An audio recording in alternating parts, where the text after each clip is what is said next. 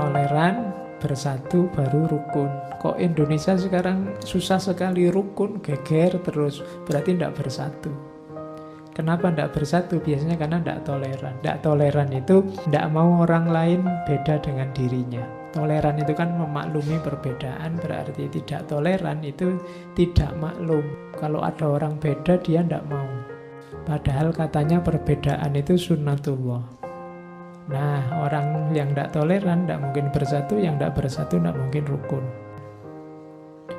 Tidak boleh berhenti di toleran saja. Toleran itu pijakan awalnya. Hidup ini kan perlu orientasi tindakan. Kalau ini boleh, itu boleh, ini boleh. Nah, terus yang harus kita lakukan mana? Itu kan perlu musyawarah.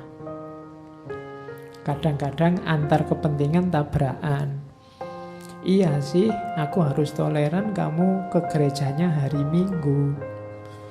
Sementara di tempat ini Minggu itu waktunya kerja bakti. Oh itu kan kalau cuma sekedar toleran, akhirnya yang satu tidak pernah kerja bakti atau mengorbankan ibadahnya di hari Minggu. Biar tidak begitu gimana? Musyawarah. Orang harus mau duduk bersama. Tidak boleh saling mengharamkan. Kamu haram bagiku atau aku haram bagimu. Kalau haram-haraman tidak jalan. Jadi rumus selanjutnya musyawarah.